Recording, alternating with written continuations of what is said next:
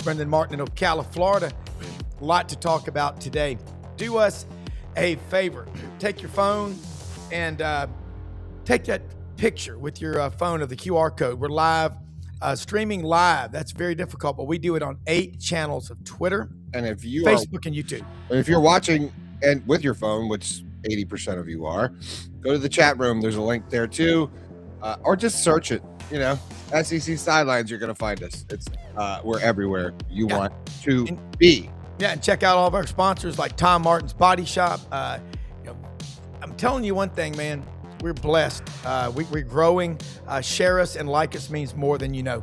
Let's go ahead and get started on this Tuesday, January 6th, with Jordan Davis Hill. 247 Sports covers Georgia. Jordan, you and I were talking before the show. The message boards, the AI, the fake stories. Kirby Smart, 117 wins in 10 years. That's damn near 12 wins a season. Came up short. If you were just a neutral observer, I'm sure it was a fun game to watch, but it was tough for the losing team. Kind of your takeaways from what happened in New Orleans and what does Georgia need to do to get back into holding up that big, huge national championship trophy? Well, good morning, guys. And I think the biggest thing, and it's something that honestly I think I didn't put enough stock into going into that game. I think 2 key injuries really hurt Georgia in that game. And first one was Gabe Harris at defensive end. Not only from the pass rush perspective, they never sacked Trinidad Chambliss, but probably more importantly, just from the setting the edge part, stopping the run. Kejuan Lacey was able to get outside again and again. And, I think we kind of took for granted how good Gabe Harris was at making sure those kind of plays didn't happen. Then on the other side of the ball, Drew Bobo at center. I thought the interior offensive line struggled in that game, but more importantly, a key moment in that game, they line up to go for it on 4th down. I think they're around their own 45, and they're not meaning to snap it. They're trying to get Ole Miss to jump off sides. You got a redshirt freshman center. Malachi Tolliver snaps the ball. You can tell by the rest of the line's reaction, they were not ready for that. Gunnar Stockton gets sacked, and that winds up 2 plays later, Ole Miss scores a touchdown. So there's that. A lot of credits due to Ole Miss. I think this is a game you don't say, well, Georgia really choked this one away, and they had their moments. There's no doubt. But, man, Trinidad Chambliss had an incredible game. There were multiple times watching that game down in New Orleans where he's rolling, and I'm going, why is he not tucking and running? Like, he's got room. He's just going to throw a dart down the field and hit his man in stride. So there were opportunities for Georgia. They still had a chance. When they had an opportunity to score late in that game, they wound up having to kick a field goal. Crucial moment in that game. They threw for it on 3rd and goal. Incompletion, stopped the clock, gave an opportunity to Ole Miss. And, again, credit to Trinidad Chambliss and to Ole Miss. They took advantage. And now Georgia's in off-season mode. And to your question, Rob, it sounds like a cop-out, but I don't think there's a ton that's got to change. They've just got to continue, acquiring talent. They got to make sure that they reload at wide receiver, make sure Gunnar Stockton has the receivers around him going into 2026. And I know it's frustrating for Georgia fans. That's all I've heard, since Thursday night over on the Junkyard over at Dawgs 447. But this team is still a championship caliber program. They just came up a few plays short against a quarterback that, man, it's hard to say he has had a better game at Ole Miss than he had on Thursday night. Yeah, and you look at Gunnar Stockton, going to come back next year. We talked so much on this show about continuity. Is Drew Bobo back next year? So he is a junior. He could leave, but given the injury he had, I am expecting he'll be back for 2026. So there, and then receivers. You brought in Zachariah Branch and Noah Thomas. End of the year grade, A, B, C, D, F on them compared to what they replaced. I would say an A, and a lot of that is Zachariah Branch doing the work. It kind of felt like Noah Thomas was he stepped up big time when Colby Young got hurt, but Colby comes back for the Sugar Bowl, and then Noah really wasn't a factor. I know he got 1 target and he did not catch it. It looked like a play where Noah was not expecting the ball to be thrown quite as quickly as it was. But you could not have expected anything more or asked anything more of Zachariah Branch, who actually declared for the draft on Monday night. So he was fantastic. They used him in screens. They allowed him to get the ball quickly and make plays. And fascinating just to see what they go and do in the portal. I think receiver is once again a priority, which, I mean, that if there's one position you can count on Georgia going into the portal and getting, its receiver. They've done it several years in a row, going back to when they got Ra Thomas and Colby Young. So they put a lot of value in that. Actually, it was Ra and Dom Lovett that year, but they put a lot of value in receiver. Really interested to see where they go in the portal. Well, when you look at Georgia's roster, I think Pete Cordelli said on our show last week, 91% of that roster was kids Georgia had recruited out of high school. And they were playing Ole Miss, 34% of their roster was kids. That's just the way Kiffin is. He doesn't really like that. Do you see that trend continuing with Georgia? It's going to be really interesting. And I think what they will probably do, and I think you'll see it a little bit in this portal cycle, is kind of blending the two in that they're going to target guys that they recruited out of high school that decided to go elsewhere. And that's sort of been Kirby's MO. I think that he likes having guys that, they have a background with, they've got a relationship with. But I am really interested just to see how this portal cycle shakes out. At this point with Georgia, I think they've only had 7 players go in the portal. I'm expecting more than that. I mean, there will be double-digit numbers, and it's not because of anything outrageous. It's just you got backups. You got guys that know, what their role is going to be. And I think even, too, what will become clearer is, as they go add guys in the portal, if they go add a receiver, there's probably going to be a receiver on Georgia's team that goes, well, that guy's probably taking the starting job, and I should probably move on too. But no, I think that Georgia, where they've gotten putting so much into the high school recruiting, I don't think that's going to change. Now, Georgia, I thought last year I think they wound up signing 9 transfer portal guys, if I'm remembering correctly. I think that'll be about what you see every year, right around double digits, but we're not going to see them go and get 25, 30 guys. I think that they're very happy with how they've gone through recruiting in high school. They really rely on that, and then they go supplement it by getting some key guys out of the portal. And kind of a strange take, but high school recruiting, Georgia is the 4th most talent-rich state in America. About 250 D1 players a year come out of there.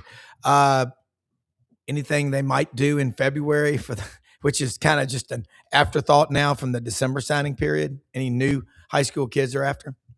Yeah, not that I'm aware of.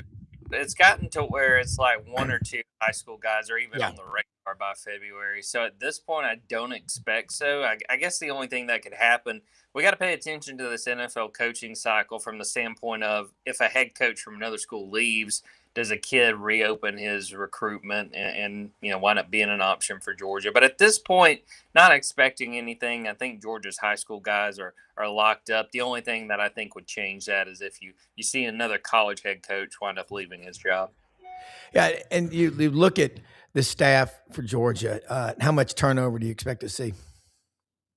The big question right now is going to be at defensive backs coach. Will Muschamp left. He had just been an analyst at Georgia and really hadn't played a very big role this year, but he takes an opportunity at Texas. So everybody's watching Travaris Robinson, a guy that's kind of been Will's right-hand man. There was talk, rumors right around when Will left that, hey, T-Rob will go with him. Nothing's happened so far, and from what we've heard behind the scenes, T-Rob is still recruiting for Georgia. Other than that, not really expecting much. I mean, I think the only thing you just have to pay attention to some of the older coaches on the staff if they were to retire. But at this point, I haven't heard anything about that. So T-Rob's really the main guy I'm watching. Does he want to stay at Georgia? Does he follow Will Muschamp to Texas?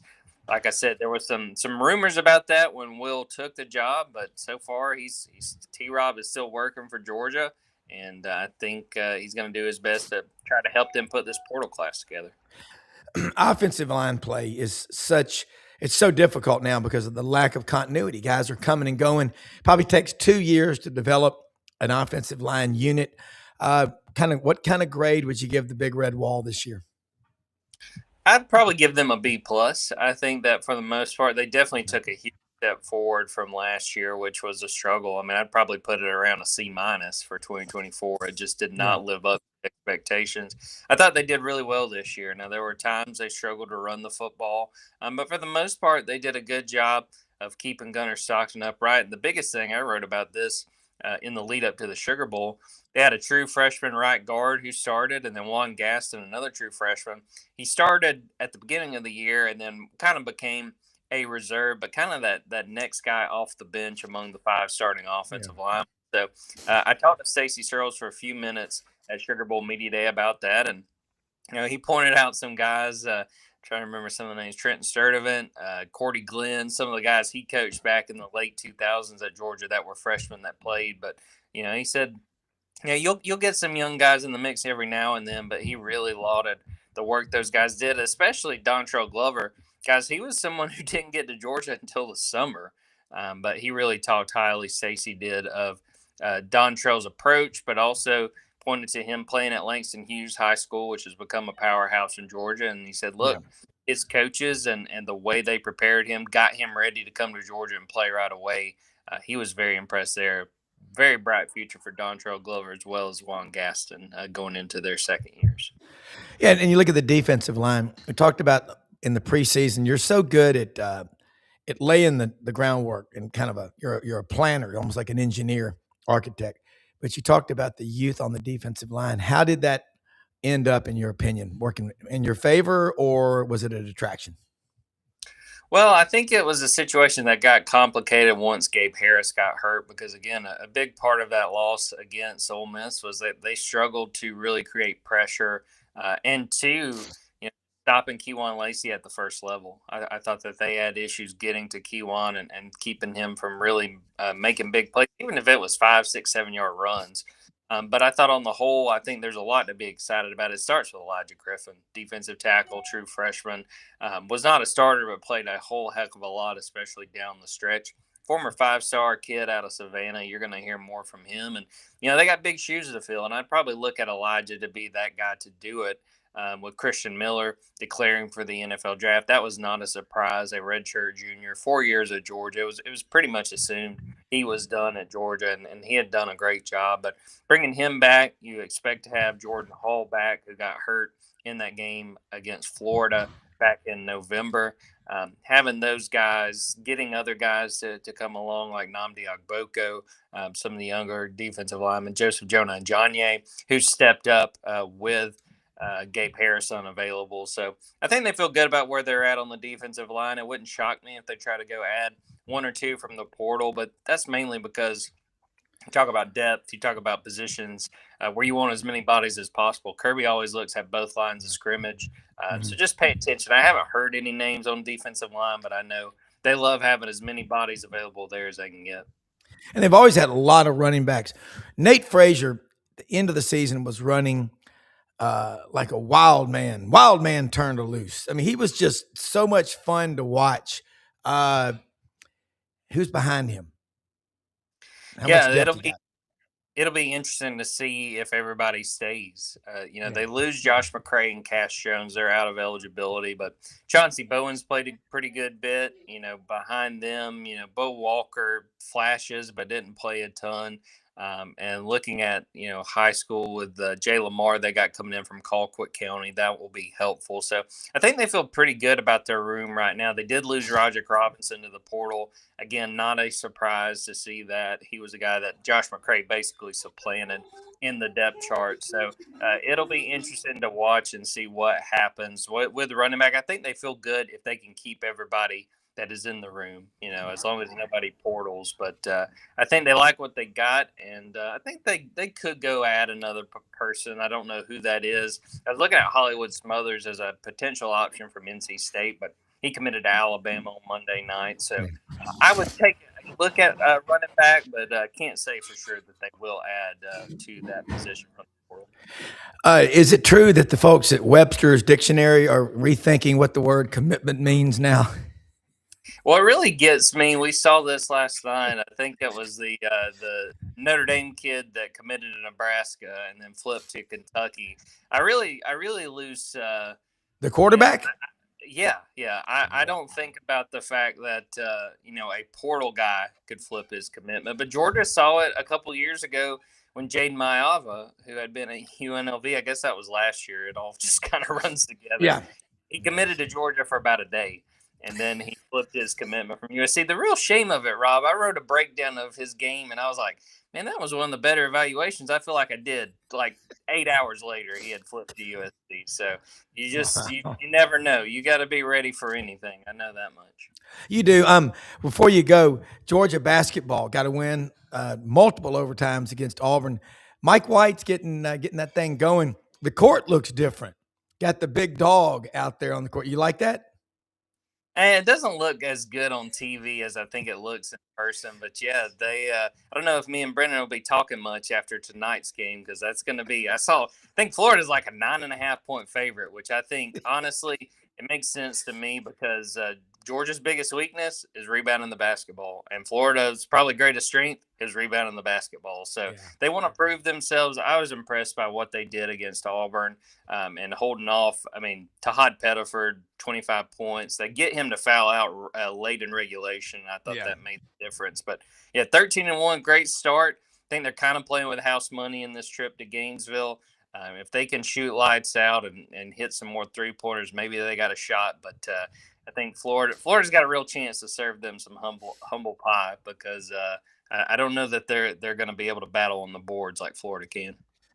Yeah, I mean, rebounding is everything. All right, anything before you go, Georgia fans, let them know first off how they can follow you, keep up with the Junkyard Dog podcast. You're putting out content, not just that podcast, it's constant on Twitter, folks. It's a rolling newspaper. Jordan Davis Hill is like a hawk watching a mouse hole. If it's got to do with Georgia, it's going to be there. But any stories that maybe people should be paying attention to, you'll be focusing on? I think the biggest thing is just following the portal. Georgia's got some visitors coming in. I'll tease. There's a couple of wide receivers I'm paying close attention to for Georgia, and I would say go to dogs247.com. You can learn who those guys are and keep an eye out there. Dogs247.com, on Twitter at Jordan Davis Hill, on Twitter at Dogs247. Junkyard Dogcast will be recording a live podcast 12 p.m. Eastern, 11 a.m. Central Time. And hey, I'll shout out over on the Auburn side, my old coworker Justin Lee just started a website, the Auburn Torch. He is covering Auburn Olympic sports, does a great job. Worked with me at the Opelika Auburn News for years and years. So gymnastics, golf, all the Olympic sports. Justin Lee's got that covered. Tennis as well. Want to shout them out. He just got that started on Monday. And I think Auburn fans, if you're listening to this, check it out. It's going to be a really cool venture. I'm going to check it out right after the show. Thanks for mentioning it. Jordan, as always, thanks more than you know. Happy New Year for sharing your time with us. We really appreciate it. Absolutely. Thanks, guys. You bet. Kiffin Scarbinsky joins us right now. Kevin, look, one of my buddies in the club, Jimmy Calhoun in my hunting club, his wife moved here when she was little from Poland, and I get them farm fresh eggs from the Eggman all the time. So Jimmy left me a 6-pack of this beer the other day. It's a Polish beer. I mean, it looks like it's about 10% alcohol. But how do you pronounce that? I knew you were going to ask me that, Rob. I have absolutely no idea. I have a scarf hanging over there in my office from a good friend of mine who was in the military, brought it back from Poland. It's a red and white. Those are the Polish national colors hanging over there. I can't pronounce the words on that one either. Well, I used to talk to Father Herbert at St. Michael's in Auburn. The guy was born in 1986 after a million people locked arms around the border of Poland. Incredible priest, as was Monsignor Skanecki, my pledge brother, Scott's older brother there. So anyway, thank you so much for taking time to join us. Folks, do yourself a favor. Work your brain out. Watch Scarbo Knows podcast on this channel.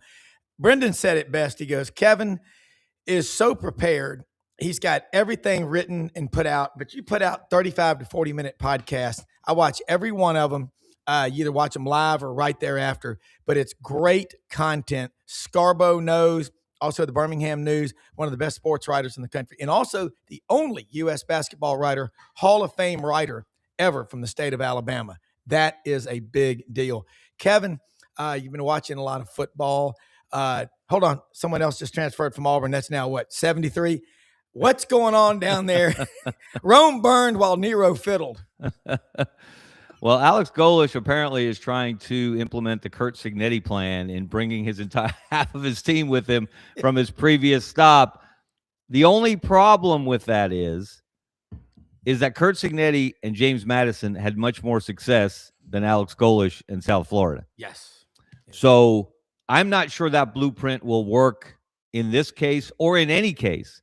Look, if it were that easy for a new coach to bring in players who were familiar with him, not just his style, but his culture, and that is important. It's harder than ever, I think, to establish culture for new coaches because of the portal, because of player movement, player compensation. But if it were that easy to do what Curt Cignetti has done, someone would have done it before. Yeah. But no one has done it the way he's done it. No one may ever do it the way that he's done it. And this year is going to be wait and see for Alex Golish. I don't think you can make any definitive conclusion that he's going to be a smashing success at Auburn. He's going to be a rousing failure at Auburn. You just don't know. And I think that's the case with most new coaches. There are very few slam dunks in coaching hires. I don't know that anyone would have said Curt Cignetti was a slam dunk when Indiana hired him. And I can guarantee you, not Mark Cuban, not the most passionate, not the late the late Bobby Knight, the most passionate Indiana person of all time could not have foreseen what Indiana has done under Curt Cignetti. It has been historic. Correct. And we make, when this is all over, we always thought, I think most people would agree with this, that the most Nick Saban-like branch of his coaching tree was Kirby Smart. Mm-hmm. But now I'm starting to wonder. When you watch Curt Cignetti, you watch the facial expressions, you watch the scowl, you watch the look on his face, regardless of what's happening on the field, good or bad, he looks like the world's about to end or he's about to strangle somebody and end their world. It just very much reminds me of Saban, very businesslike, the way he approaches his team. His team doesn't engage in a lot of extracurricular nonsense. Yeah. They have fun and they celebrate, but not overly so. They're not over the top. They look like they expect to do what they did to teams like Alabama. Yeah. And I think that's part of the recipe of his culture and part of a culture that you can sustain as much as that's possible nowadays. Well, and it was a lazy pick on my part. I initially thought, Indiana will win. Then I got caught up in Alabama's going back 100 years ago. We know what happened, 20-19 over Washington. You get caught in nostalgia, and you say Alabama will have this extra fire in their stomach, in their belly to fight. And they got punched and did not punch back. I mean, it was a WWE curb stomping beating. I mean, there was nothing when you grade the film, the tape, that you could find to hang your hat on. So my question is, you've got arguably the most talented roster in college football at Alabama or Georgia, even better than Ohio State, in my opinion. And you've lost 4 games 2 years in a row. What does that portend for the future of Kalen DeBoer? There are a lot of question marks. I think people who may have believed that he was the right guy to follow Nick Saban are not questioning that. I don't know that people have necessarily – some people have. Some of the more radical fans who blow with the wind, they've jumped off the bandwagon. They jumped on and off it this year, and that's the problem. Part of the issue is he's given fans of Alabama reasons to believe and then reasons to doubt in very short order. It looked like they had rebounded from the Florida State loss. They won 10 of the next 11, and the one they shouldn't have lost. They outplayed Oklahoma. They just turned the ball over a bunch in Tuscaloosa. Then they don't even show up against Georgia, and they were beaten up. They were battered. We'll give them a little grace on that, but they got run by Georgia in the SEC championship game. They bounce back. They get a little healthier, and they beat Oklahoma on the road and survive an avalanche in a very difficult environment. And you think, okay, well, now they've got it together. Now we're going to see the real Alabama, and whoo boy. If that was the real Alabama, Kalen DeBoer might want to start looking for another job. Yeah, I don't think that's the real Alabama. I think Indiana is that good. But when you don't put up a fight, and as that game wore on, it looked to me, I always am I'm very slow to say a team quit. I think that's a hard evaluation to make from the outside because quitting has more to do with what's inside than what's outside. Yep. And so, but man, it sure looked like it in that second half. It looked like Alabama got to a point where they realized we can't beat these guys. Yep. We can't we can't go for it on 4th and 1 and run the ball straight ahead between the tackles. We've got to run a jet motion pop pass to try to convert on 4th and 1. I'm not sure which was worse in that case at the end of the first quarter. Kalen DeBoer's decision to go for it or the call that they used to go for it, neither of which worked, of course. And meanwhile, Indiana's running between the tackles. They're gashing them for 5, 8, 10, 12 yards a carry. Ended up over 200 yards rushing, and Alabama demonstrated once again they just could not run the ball. You cannot win. You can have the most sophisticated, beautiful passing game known to man, but if you can't line up on 4th and 1 and power your way forward for a yard with an offensive line that averages, 330 pounds across the front? Yep. You got some issues, and Alabama got some issues. Well, as the man from Richmond Academy in Blythe, Georgia used to say, ain't man enough. That's the problem. And I'm telling you, if you're not lining up, going head-to-head, offensive and defensive lines in practice, at some point, for a big chunk of your practice every day, you lose that physical mentality. Now, question for you as a True Grit journalist, the Masters, is the word or term, phrase, physicality a real word? I'm getting so many people texting me going, they'll just say the weather forecast today calls for partly cloudy with a 60% chance of showers and physicality. It's become part of the nomenclature. What is it, Kevin? I'm proud that you used the word nomenclature, especially before 9 o'clock in the morning. I'm impressed, Rob. Physicality is a football word. Just like one of my fingernails on a blackboard moments is the word resiliency. Oh. Stop at resilience. We don't need the E. We don't need the Y at the end. Resilience. When did resilience morph into resiliency? And every football coach in America and a lot of basketball coaches loves the word resiliency. Yes. Stop. Resilience. Right there. We don't need another syllable. They get caught on words. And I track them in press conferences. I'll be like, how many times have you said this word or that word? Because it's like they loop, because obviously they're speaking to people all day long, but I agree. The lexicon of the vocabulary words in the lexicon of some of the coaches is a bit redundant. Yes. They need their own dictionary. Yes. The coach speak dictionary. Yes. Coach speak 101. Well, here's the one. We know what they mean. Encyclopedia of Southern Culture. There you go. Oh, that may be one and the same. It is a thick book, but you know what, Kevin? The thing, and Brendan's right. You go to press conferences, coaches, they get asked questions, and you love the ones that are honest. You talked about Curt Cignetti. There's something about people from the Warehouse District in Pittsburgh, West Virginia, Monongah. You're from Pennsylvania. They're great because there's a toughness to them, and Curt Cignetti. Kirby Smart's, boy, is he an alpha male. Dan Lanning, wow. I like Pete Golding. I want to ask you about and the coaching tree. We know all four were with Nick Saban at one time, but Golding and Cignetti, maybe not, they didn't leave on the best of terms, but hey, man, sometimes when you leave, they're mad at you for leaving.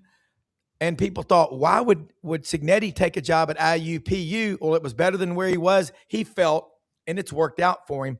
But I want to ask you what you know about Pete Golding, because I have friends that live in Tuscaloosa that told me that it was pretty rough on him, and his kids being there. It's just part of it. But he's only 41 years old, from Hammond, Louisiana, went to Delta State, home of, Kevin, I'll buy you a steamer pack of crystals if you can tell me the nickname of Delta State. The Fighting Statesman. The Fighting Okra. The Fighting Okra. What? Well, they're the Statesmen. Wait a minute. Come on. I've never heard that. In all my days, I've never heard that. Kevin, I'm going to the judges on that one. I do not believe that. It is the Fighting Okra, and they've got the best T-shirts and hoodies. It's an okra with his dukes up like this. I'm not kidding you, from Cleveland, Mississippi, which is also the birthplace of Steve Spurrier's first quarterback, Shane Matthews. He's from Cleveland, Mississippi, before he moved to Pascagoula in high school when his dad got the coaching job down there. But anyway, what do you know about Pete Golding? What is your opinion of him? Well, first of all, how about the complete home makeover they did on his haircut after he got the job? Because he always looked like the Shaggy Dog. Shaggy DA. There you go. The Shaggy DA on the Brad sideline. McMurray. Yeah, at practice. Look, part of Pete Golding's problem at Alabama was he wasn't Jeremy Pruitt. He wasn't Kirby Smart, who were two of the best defensive coordinators of the modern era. Yeah. But he also was defensive coordinator when Nick Saban fully committed to the passing game, to Jalen Hurts, and then Tua Tagovailoa and Mac Jones and Bryce Young. He went away from people have forgotten this too. People have very short memories. Alabama was slipping under Nick Saban after the 2020 championship, and that year was so bizarre with COVID. Yeah. Games played in front of mostly empty stadiums. A lot of teams didn't have their full complement of players. Nick Saban even missed a game, the Iron Bowl, that year because he had COVID, and Sark had to take over for one game. Can you imagine Nick Saban with COVID? That was a visual. Put your mask visual on, of Nick Coach. Saban with the mask. Well, if you remember, my mask. the visuals of Nick Saban wearing the mask, which he Yeah, did. They did. And he looked much better in it than, say, Jeremy Pruitt with his whatever that thing was. He wore it, covered his whole face. Baklava. That's it. I should know that word. With a Lithuanian background as well as Polish. Yeah. All right. Pete Golding, I'm impressed by Pete Golding, and he won't get the full credit for this. And look, he didn't build this team by himself. He didn't develop this team. We have to, as much as I dislike Lane Kiffin and think very lowly of him, he built the team. However, what Pete Golding has done in shepherding this team through this storm and dealing with all the outside nonsense and noise that's come along with it to win 2 playoff games has been very, very impressive to keep that team together. Now, this doesn't mean that Pete Golding is going to be one of the better coaches in the SEC or the country, that he's going to have Ole Miss in contention year in and year out. We just don't know. Just like with Alex Golesh at Auburn, we just don't know because he hasn't done it before. Yeah. But he has handled this assignment. He gets an A+++ at this point for the way he's handled this. With all the back and forth, you've got assistants with one foot in Baton Rouge, one in Oxford, and these are very important parts of the puzzle. These guys, Charlie Weiss Jr. calling plays, and yet it's worked. And in some cases, he outcoached Kirby Smart in that game. It was primarily Trinidad Chambliss having an epic legacy game. Yeah, and he's the wild card. He can do that. If he does that, 2 more times, they'll win the national championship. I'll tell you what, when you look at Charlie Weiss Jr. and Brenden, if you could do this, if you could juxtapose the 2 photographs of Charlie Weiss Jr. and Mark Wahlberg, I mean, they look just alike. I mean, I'm like, is that Mark Wahlberg out there? Guy's got arms the size of tree trunks. But anyway, you think about, and it's a diametrically opposing argument that can be made. Offensive line play is better in a lot of cases, but they're going against weaker offensive lines. Is that a true assessment, or am I wrong? No, I think that's an excellent judgment, because if there's one position on the football team where you need cohesion and understanding what the guy next to you is going to do, whether the defensive line does this or does that, you zig, do you zag, you've got to have a cohesion in that group more so than any other position on the field. And it's harder than ever to do that, as you pointed out, Rob, because of the portal, because guys are coming and going. Meanwhile, just outstanding rush ends like Reuben Bain from Miami. Cool. You just turn those guys loose. Now, there is a method to the madness. You have twists and loops, and you line guys up in different places, and you make it difficult for the O-line to figure out where these guys are coming from, where's the pressure coming from. I think pressure packages are more sophisticated than ever. And meanwhile, like you said, offensive lines are less cohesive than ever. So it's really become a mismatch in many ways up front. That's why those are the 2. You could spend all the money in the world you want on wide receivers in the portal. Yeah. I can walk out my door and drive within 30 minutes, and I can find guys that are 5'8", 175 pounds, that can run like the wind. I can find a bunch of them. I can't find 6'2", 300-pounders who can be run stuffers in the middle of the defensive line. Yeah. I can't find that 6'5", 265-pound guy who can chase down running backs and come off the edge and terrorize quarterbacks. Those guys are harder to find. So it's advantage defense in that way. That's why you have to be able to, message Kalen DeBoer, run the dang ball, because you got to slow down those guys. And if you don't, you're going to what's going to happen to your quarterback is what happened to Ty Simpson far too often during the season.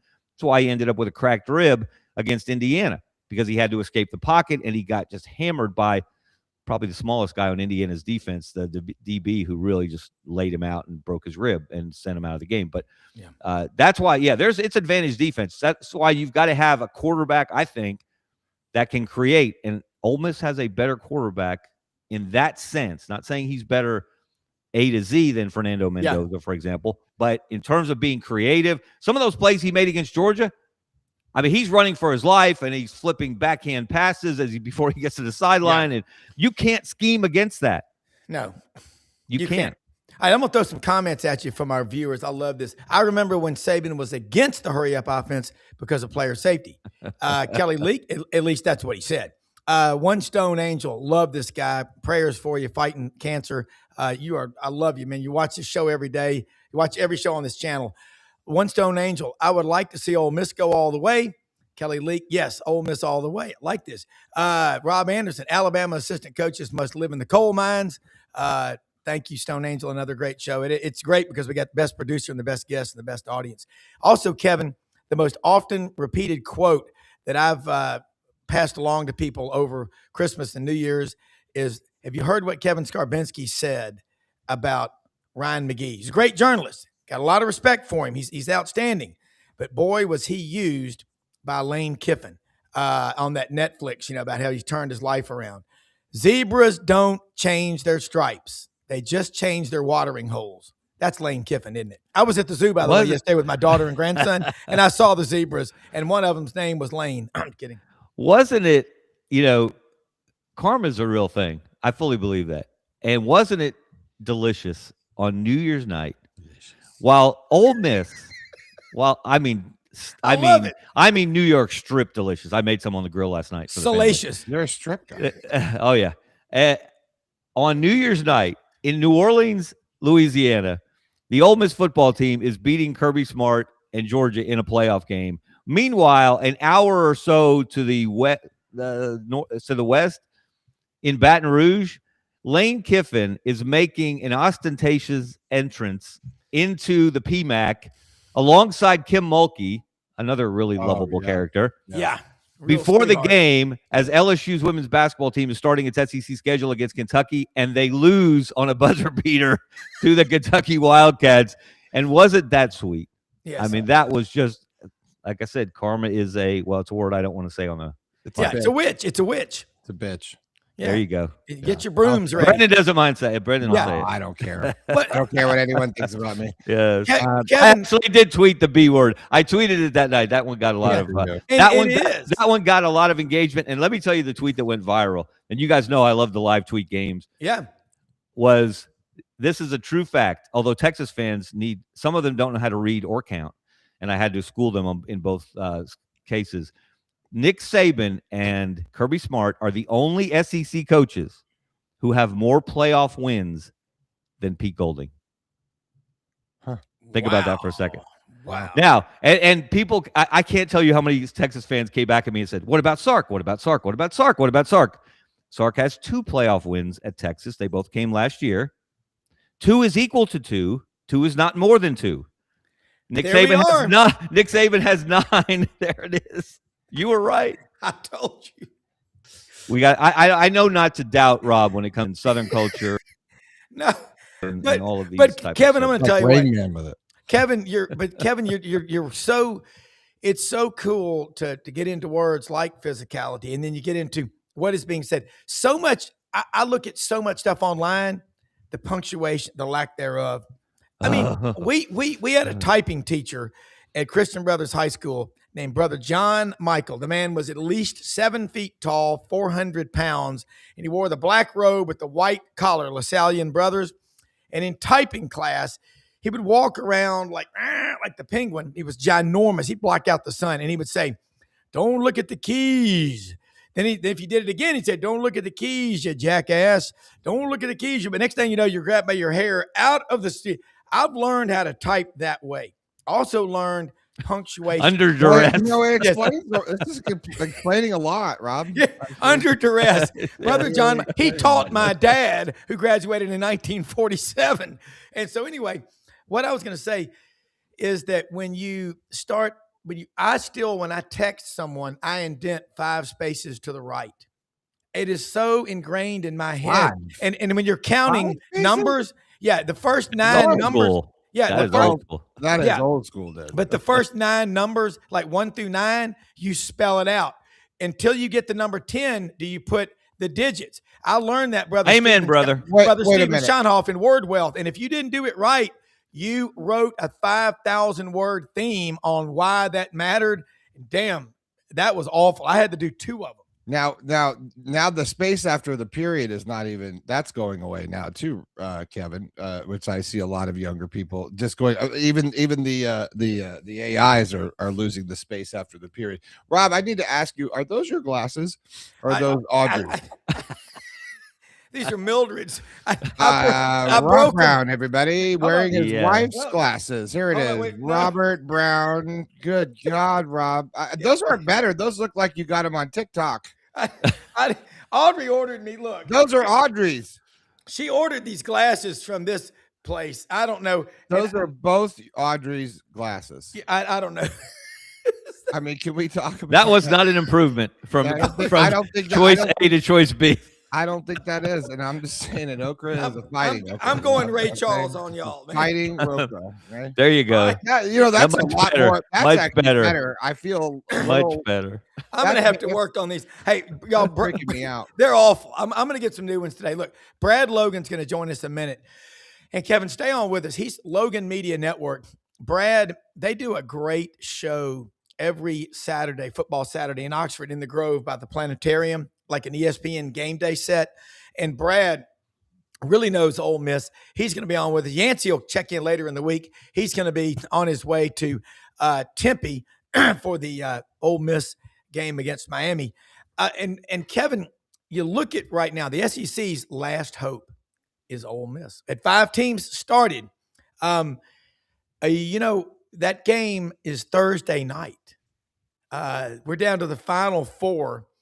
And Ole Miss looks like Trinidad Chambliss. Do we know? I mean, Brad will know this, but is he coming back? If he does, I think he's staying at Ole Miss. I don't think he's going. I think the Ole Miss players are really angry with Lane Kiffin. Oh well, they've a lot of them have made that clear. I hope he gets another year. Look, and so many of these appeals have been granted. Yeah, it would be hard to imagine that this one wouldn't be. And I think the thing that most college football fans who don't have a dog in the hunt would say they would love to see him stay at Ole Miss. And the last thing they would like to see him do is go to Baton Rouge and join Lane Kiffin there. Yeah. I think that would be, to me, that would be the best outcome. The best outcome would be for him to stay at, I think, would be for him to stay at Ole Miss. That's what we would all love to see. And then to see him quarterback against Lane Kiffin when they meet next season. Well, that's like going around all over the place too. Like everybody wants to see a little red ass on Lane Kiffin. I mean, yes, that's for sure. I'm just saying, he's public enemy number 1 in the college football world. Yeah, look, sure. If you would have asked me a couple of weeks ago if DJ Lagway would have been entertaining thoughts to talk to Lane Kiffin, I would have told you were crazy. He's too loyal. He's a Gator for life. Blah blah blah blah blah blah. And now I think everyone's as loyal until the next phone call. And then they're like, yeah, we hate Lane Kiffin until he calls us and go play for LSU. Yeah, by the way, Kevin, Byron Browne, it looks like the South Florida quarterback is going to sign with Auburn for above minimum wage. I'll just say that. Yeah. And maybe he's going to attract people. Cam Coleman, is he going to Ohio State? I mean, who's 32 guys in the portal right now? Of course, they can come out of the portal knowing who the quarterback's going to be, can't they? Well, that's a key if you're a wide receiver. Yeah. And obviously, Eric Singleton, Cam Coleman, the whole wide receiver room for Auburn last year, they miscalculated wildly that the quarterback position would be at least competent, and it wasn't, at least until later in the season. Deuce Knight did some good. Not Deuce Knight. Ashton Daniels did some nice things. Well, Deuce Knight did some nice things against Mercer. It was Mercer.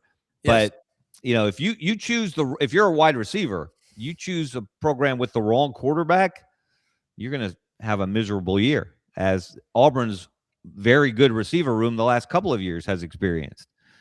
But like I said, I think too much emphasis is being placed on these wide receivers. Yes, you can find a difference maker, but for as good as Cam Coleman was and some of the spectacular highlight reel plays he made, Auburn won 5 football games. Yeah. He was not a difference maker in terms of the bottom line, the win-loss record. Yeah. Quarterbacks are difference makers, offensive linemen and defensive linemen. That's got to be your priority, those 3 positions. No, I totally agree. You know, this culture, Hugh Freeze may go down as the worst coach in Auburn history. Earl Browne was bad. Brian Harsin, Hugh Freeze. But Brian Harsin had a victory against a decent team. He beat a good Ole Miss team in 21. He had some actual legitimate. Hugh Freeze did not have a single signature victory in 3 years. Well, he didn't make it 3 years. And the thing that got him, I said, was no Auburn coach since 1981, beginning with Pat Dye, won fewer than 8 games in his second year and survived to tell about it. You know, Brian Harsin did not make it a full 2 years. Mercifully, I mean, it had to end. Hugh Freeze, I think they fired him in the shower after the Kentucky loss. You know, the last time Auburn lost at Kentucky was 1966. But they've lost now. In the last 6 years, Auburn has lost twice to South Carolina. Every time they've played Vanderbilt. You're talking about some rough times back to Ole Miss. That's never happened in history. Something's got to change. And as far as the culture, if these players at Auburn that are there right now want to put themselves on a pedestal, they have been a part of nothing. The most dysfunctional coaching staff I've ever seen at Auburn. Clueless. They don't know come here from Sikkim when it comes to winning college football. And they've got a completely clean house. And I think Golish is like the new manager coming into the firm. He's looking at what you're making and looking at your production and going, dude, you're making 800. We'll give you 200. You don't like it? Let me hit the portal button for you. You got to do that. Well, again, Curt Cignetti provided a blueprint. You don't have to have a locker room full of 4 and 5 stars to win at a high level. But can you do it with guys that were okay in the American Conference? And the American Conference is a good conference. Don't get me wrong. It's not the SEC, certainly. So that's the key. Cignetti did it with guys from James Madison in the Sun Belt. The American is a better conference, top to bottom, than the Sun Belt. But Alex Golish didn't beat the better teams in the American. That's my biggest red flag with him. Yep. Is I forget the numbers now, 1-7 against teams that finished with a winning record in that conference. He feasted on the lesser teams in that league. He got a lot of run for beating a bad Florida team this year. In a game, if you watch the game, Brenden, you know this, South Florida didn't look all that impressive either. I mean, it was that was an ugly, sloppy game. Really ugly. They won it on a late field goal. If that's your measurement of how he's going to do in the SEC, I think you're a little off base. Yeah. I just think we don't know. And he certainly has an uphill battle because, look, Auburn is as close to the bottom of the SEC as it's been in a long time. And it is a hard climb up from where they are. And again, don't give me Indiana in the Big Ten, because as much as the SEC has, in some people's minds, been exposed this year, especially in the postseason, I don't care about the Music City Bowl in terms of a comparison of conferences. Yeah. It's not a valid comparison. Or the ReliaQuest Bowl or any of these non-playoff games. Yeah, the SEC is not what it used to be, but it's still top to bottom the best conference in the country. And let me say this. They are going to – we've all called for it. We've all wanted more SEC games, right? They're going to 9 next year.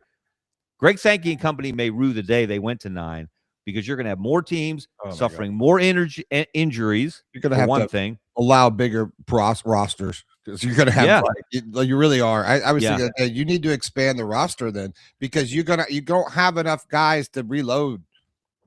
And that's you just hit on it, Brenden. That's the big difference. That's Nick Saban's. The guys who were backups at Alabama and Georgia are now starting at Vanderbilt and Indiana. Well, not necessarily Indiana, but teams SMU. Like that. Well, and every SEC team and everybody who covers the league knows this. It doesn't matter if you're South Carolina and you don't have a great history. You've got great players. You've got Dylan Stewart on the edge. You've got some great players at every SEC program. Yeah. Let's bring in Brad Logan. Brad, I know you've had a busy morning. Sports 56, WHBQ, Sirius XM. Thanks for sharing time with us, Logan Media Network. You're one of the best pros. Talked about your pregame show you do in Oxford. You know that Ole Miss program well. What's going on with Oxford? The coaching, who's staying, who they're trying to pull away. Pete Golding, he's the head coach. Charlie Weiss Jr. says he's staying all the way, but you've forgotten more than I know. Well, the thing about it right now, thanks for having me on. You bet. Appreciate you joining everybody. And if you look at where the staff is right now, I think number one, you look at what Pete Golding has done, and it has been, a masterclass. And I found it funny the way the end of the first half ended. Everybody came out with their pitchforks about how it was clock mismanagement, that sort of thing. Yeah. And there were some coaching malpractice there, but I think most importantly, it was Daquan Wright didn't get out of bounds. I think at the end of the game, though, the way that Ole Miss manufactured that last drive, knowing to get a little bit with Kejuan Lacey was going to dictate where they were going to go up top with the matchup that they liked with Trinidad Chambliss. And with that timeout usage at the end, forcing Georgia to get the field goal, 34-all, and then, of course, kicking the game-winning field goal after the pass when they had the matchup with the Georgia secondary. So, to me, that just stands out about how well this team is playing together as a group and how well the coaching staff is meshing together. Charlie Weiss essentially is the one that's holding the offense together.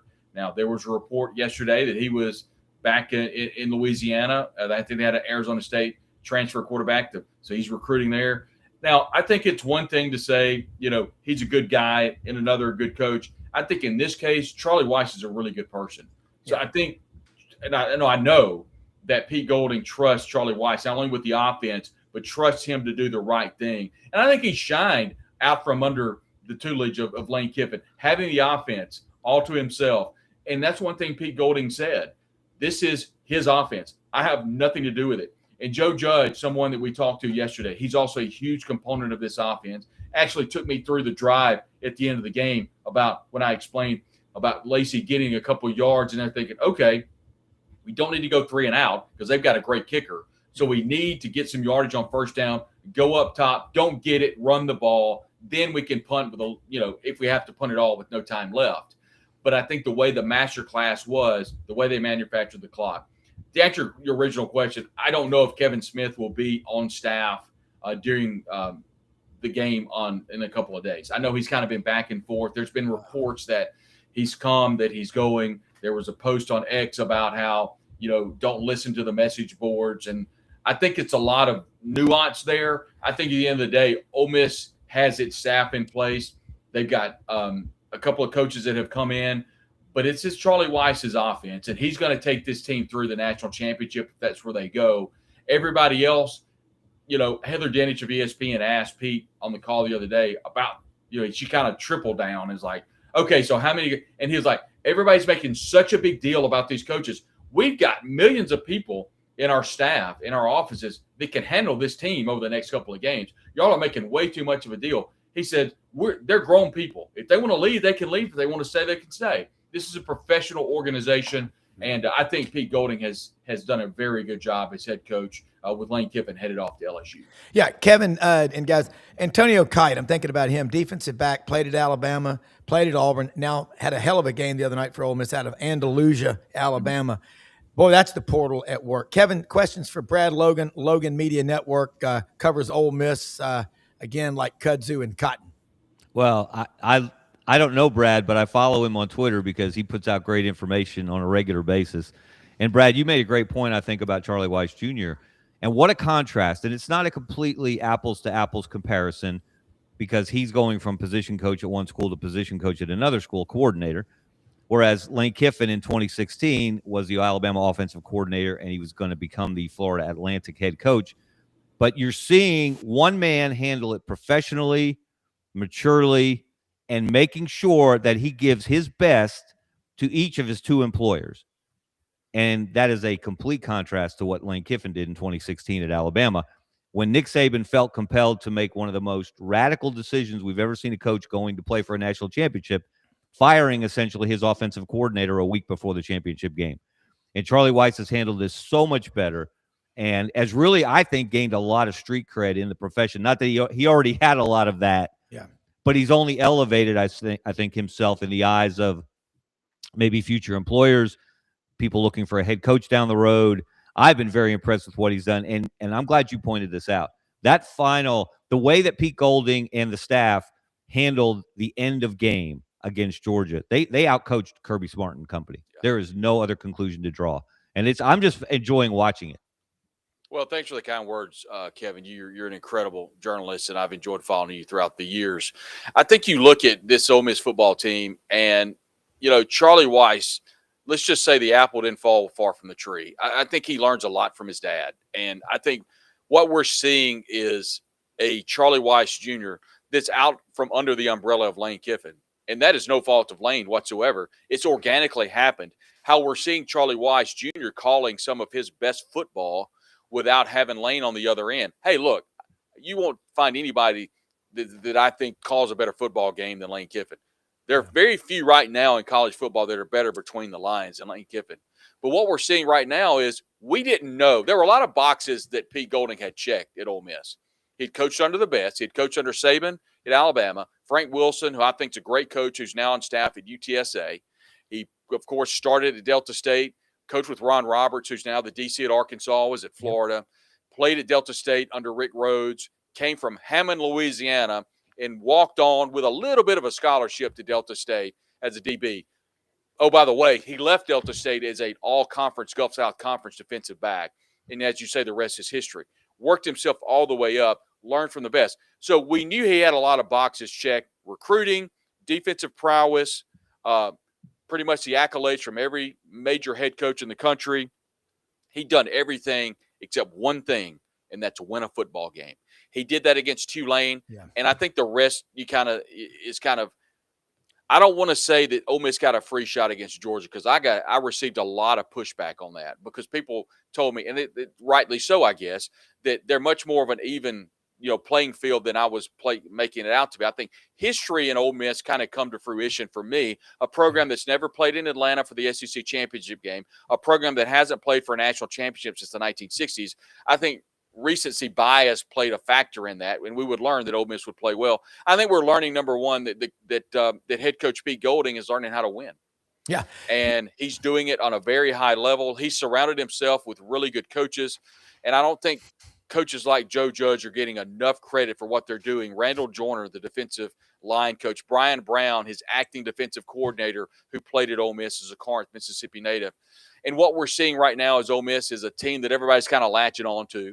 You've got a feel-good story in Trinidad Chambliss, a former Division II quarterback that came in and spelled an Austin Simmons, who was injured earlier this year. He's played with a high level of confidence, finished 10th in the Heisman voting. It's really a Cinderella story. And, oh, by the way, I think a lot of people are hoping Ole Miss win because they have such a disdain for the way that Lane left the program. I think two things are true. Number one, I think Lane Kiffin's an incredible football coach, and he's going to win at LSU. I think Lane Kiffin is really good at calling plays in between the lines. I also think Lane Kiffin left this team horribly. He also left the college football playoff team and didn't leave them well. So I think both those things are true, and Ole Miss is in a really good position against Miami in a couple of days. Brad, I brought this up earlier, and I was scoffed at. Delta State University in Cleveland, over in the Delta. The Fighting Okra. They're the Statesmen, but what do you refer to them as the Fighting Okra? And no one believed me. How about that Fighting Okra? Pete Golding's story is a great story. And I will tell you, I thought the Diego Pavia story was a compelling story for college football throughout the season. I think what's Ole Miss kind of orphaned by their coach and how they're trying to pull it together might be the best story in college football, period. Yeah, I mean, Indiana and Kurt Cignetti is a great story, Rob. I mean, what Indiana has done. I mean, Indiana is very similar to Ole Miss. And, in fact, I would say that Ole Miss has more recent success than Indiana. Indiana was a program that hadn't, they weren't winning games a couple of years ago. Like, they just weren't winning at all. And so to be able to see what Kurt Cignetti has done and Mendoza, the quarterback, winning the Heisman, and, listen to him just be so excited and so emotional. I mean, I think the country's kind of circling around Indiana, but I'd be remiss if I didn't think that Ole Miss is a great story too, with a Division II transfer quarterback that won a national championship, and someone that has never been to the country of Trinidad but has the name Trinidad, and the Ole Miss fans are buying up the Trinidad flags. It's a really good story, and you look at the Ole Miss defense. You got for example, you've got a linebacker in Andrew Jones that transferred from Grambling. You've got Wyatt Williams, a really good defensive back, leads the team in interceptions. He started at Delta State, then went to Monroe and just kind of landed at Ole Miss. It's just kind of a collective group of transfer guys that have come together. And, Alabama Pete is what a lot of people call him because of how well he recruits. And I think one thing that we cannot overshadow, Kevin and Rob, is what happened yesterday. And yesterday we saw 4 players that were pre-ported to LSU. We saw 4 players that everybody talked about that was going to LSU with Lane Kiffin. What we saw yesterday is quarterback Trinidad Chambliss pending his waiver approval, running back Kewan Lacey, defensive end Princewell Amon Mielen, kicker Lucas Carnero. They all will be back at Ole Miss next year. To me, that may mean as much as beating Georgia, because next year was going to be a huge rebuilding year. No, next year's just going to be a reloading year for Pete Golding and this Ole Miss football team, because that was a huge, huge deal. Walker Jones of the Grove Collective, they made a lot of hay yesterday, and that was the best recruiting day since probably 2012, whenever Ole Miss got the Kimdichie brothers and Laquan Treadwell, and then, of course, a number of high-level players from Georgia back in 12. Yeah, and I remember when they got Denzel out of Graysonville, Georgia, Logan High School.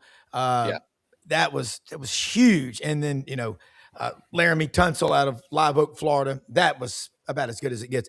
Kevin, jump back in here. Brad Logan will go a little bit long if you can. Brad Logan of Logan Media Network. Follow him. Kevin's right. I've had 3 of the best Twitter people around. Jordan Davis Hill, 247 Sports on Georgia, Kevin Scarbinsky, Scarbo Knows, and Brad Logan. Folks, follow them. You may not get a local newspaper, but if you follow these guys, you'll be ahead of the game. I'm interested to know how Brad thinks this game is going to unfold on Thursday night. Where does Miami have an edge? Where does Ole Miss have an edge, do you think? Yeah, great question, Kevin. I think Miami's edge are the edges on defense. They're the number 5 rushing defense in the country. We saw last week, or a couple days ago, forgive me, the days run together. The college football games being played on Monday, Tuesday, Thursday. Yeah. has my calendar all messed up. Me too. But the previous game against Georgia, Kewan Lacey had 96 yards, and there were hard-earned yards. And I honestly think, Kevin, that Miami has a better run defense than Georgia. And I think that's kind of crazy to say. Wow. But I think Miami is so good. They're very similar to the fact that they're going to be a ground and pound team. They're going to beat you up. They're going to try to get you to the fourth quarter and make you submit. Very similar to the way Georgia did to Ole Miss on the 20th of September. But that's not the same Ole Miss defense that we saw on September 20th. And so I like Ole Miss to be able to combat that. I think Carson Beck's really good. And so we asked William Eccles, the talented defensive tackle for Ole Miss, what's the key to beating Miami? And he's like, we got to keep Carson Beck in the pocket and, put pressure on him and, flush him out of the pocket and not let him sit back there and pick us apart, because he's so good at doing that. Not maybe as good as Gunnar Stockton outside the pocket, but I do think Carson Beck can figure some things out. I think the running game for Miami is much better than Georgia. I mean, Frazier was really good for Georgia, but I think Miami has a couple of running backs that can go. Ole Miss is a defense that is, frankly, gentlemen, they've given up a lot of points. And so I think the key for me is if Ole Miss can force some field goals. I think this game's going to be in the 30s. I think Ole Miss needs to be in the high 30s to win this game. I think Miami's 28-31. If you ask me who wins, and if Ole Miss wins, I think it's Ole Miss got to score 35, 38 points, similar to the way they did against Georgia. This Miami team is very opportunistic, but I tell you, the way that Ole Miss is playing right now with Trinidad Chambliss, if the offensive line, which was a question mark early in the year, now Patrick Kudus is playing so well. He won the Ken Hole Award, which is the number 1 offensive lineman in Mississippi. Diego Pounds hasn't given up a sack, and I don't know when. And you look at Jaden Williams, they're all playing so well. And Bryson Sanders has come so far that if the Ole Miss offensive line can do as well as they did against Georgia, protect Trinidad Chambliss, I think Ole Miss has a really good shot of winning the game. I think the spread right now is 3, and Vegas really likes Miami. And I think a lot of that is because of how well Miami's defense has been playing. I mean, you can't play that well against Ohio State and not get the antennas popped up. Ohio State and Ryan Day is a really good football program. And to be able to beat Ohio State, Ole Miss has to have their antennas up. But this is not a free shot anymore. This is a situation where Ole Miss is playing lights out. There's a lot of positive momentum with the program, with those 4 players, main players, coming back for next year. So with this Ole Miss football team playing as well as they are, all the momentum, and they'll have a nice fan base out in Phoenix, and then they'll have a huge fan base in Miami if they get to the championship game. But this is an incredible run for this football team, and I think for Ole Miss to win the game, Kevin, to answer your question, they've got to score at least 35 points, and I think that's something they can do. Yeah, that's my sense, that the higher the score, the better the chance that Ole Miss wins. Yeah. Because I think the way Trinidad Chambliss is playing, he is such an X factor, because some of those throws he made in the second half, off platform, improvisation, doing things that not a lot of quarterbacks can do. Carson Beck can make some plays outside of the pocket, but he can't do anywhere near some of the magic that Trinidad produced against that Georgia defense. And you can scheme him up perfectly, and he can still wreck your defense. And that he's got to have, to me, another one of those type of legacy games for Ole Miss to advance and get to the championship game. Yeah, I mean, we talked with Joe Judge, and he made mention that Trinidad is the first one in the film room and the last one to leave, and that's no surprise. Anybody that's heard Trinidad Chambliss he just oozes confidence, and he just oozes major college football quarterback. So I think a lot of people are waiting to see what the waiver process is going to be. I mean, this has been kicked down the road so far that Ole Miss hasn't even had a chance to even recruit the portal a lot, because they need to get an answer of some sort. And so, but I'll end with this. Trinidad down the stretch, and what Joe Judge pointed out, and I asked Joe Judge about the final drive and the decision to throw the ball, throw the pass, if the coverage was there, did he check it? And so Trinidad did not check it. It was a play call from Charlie Weiss, and Joe Judge pointed out that there was a matchup. Free safety rolled over, and they had the matchup with the cornerback, the matchup they wanted. There was no over-the-top help, and Deshaun Stribling went up and made a play. And that he said that's what we do. We go make plays. And what was fascinating, too, to me is on September 20th when Kirby Smart and they won the game, Kirby said, that's how we win games. We make you submit. We put you in a position to where you don't want anymore. The crowd came up. They had beaten Ole Miss up and down the field, and here they are at the end of the game, and they beat Ole Miss, scoring 17 fourth-quarter points. This time around, Ole Miss beat Kirby at his own game. They stopped Georgia, forced the field goal, and then kicked the game-winning field goal to win, and they beat Georgia at their own game. And I think that's why I give Ole Miss at least a shot against Miami. Well, think about this. That was Trinidad Chambliss's first ever road game start as an SEC quarterback. Prior to that, his last road game start was at Ferris State when they won the national championship. So give him credit. And I always say Georgia likes to play a full 60. Ole Miss is the same way.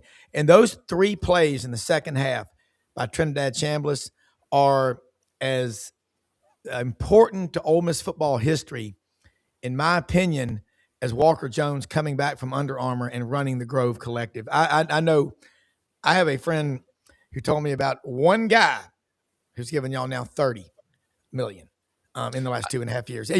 This Grove Collective is unbelievable. And talk about, 15,000 members. It's so impressive. The number 3 ranked accounting school in the country. You just watch those tentacles from Oxford. Half the Fortune 500 companies are run by CPAs. Talk about them. They may be the most exciting people in the world, but they know where the money is, and it's coming back to Oxford in ways you cannot imagine. Yeah, if you remember, Austin Thomas is back from LSU, so he's back as a general manager. And you put him along with Walker Jones and the Grove Collective, and Matt McLaughlin does a great job at Ole Miss. Yeah. And so that collective group has been fantastic. And I texted back and forth with Walker Jones, and among a couple of things that he said is, it was a big day. And it was a big day yesterday. And I think those days are going to continue, because that's the new world of college football, whether you like it or not. There are a lot of people who say that, you know what, I hate this. I'm not in that. Well, that's where we are. So you have to appreciate that, and you have to understand that that's the new world that we live in college football. But I think at the end of the day, I think the biggest thing I think folks need to take away from this conversation is there were boxes that Pete Golding needed to check. And right now, he's checked every one of them, The only one he hadn't checked was win a major college football playoff game, and he did that against Georgia. And it wasn't a fluke. I mean, they beat Kirby Smart. They beat the best in the business, and Kirby admitted that. Said at the end of the game, we played a road game. Ole Miss beat us. There was no flukes. There was no calls that went one way or the other. And I thought it was a big win. And it regardless of what happens against Miami, I think you can look back on this season and think, wow, what a big win over Georgia. What a huge season. Ole Miss now 12 wins. I mean, what are we talking about here? Ole Miss with 12 wins in college football and continuing to break history at Ole Miss. And it's been a lot of fun to watch. Oh, and living in Memphis, been to a lot of games down there. I've got so many Ole Miss friends, Brad. They're so excited. And I'm like, just keep doing what you're doing. Hey, Brad, Logan, we'll let you go. Thank you so much for staying on long with us today. Scarbo knows. Absolutely appreciate you more than you know. Jordan Davis Hill. For executive producer, Brenden Martin. Hey, most often we see the face of Christ in the least among us. We're the most blessed people in the history of the world. Check out our sponsors like Rumble Boxing. How you fight is how you live. Hempforpros.com. They got the energy gummies, the lights out gummies, the chill gummies, and also the pain topicals, the roll-ons. They really work. I've used them. Hempforpros.com. And also, remember, Landers Ford open every day of the week except Sunday. LandersFordMemphis.com. Ask Brad Bellamy, GM, for all your car, truck, and SUV needs and repair work. And remember, watch this channel as often as you can. Share us and like us. Good night, John Boy. We'll see you tonight.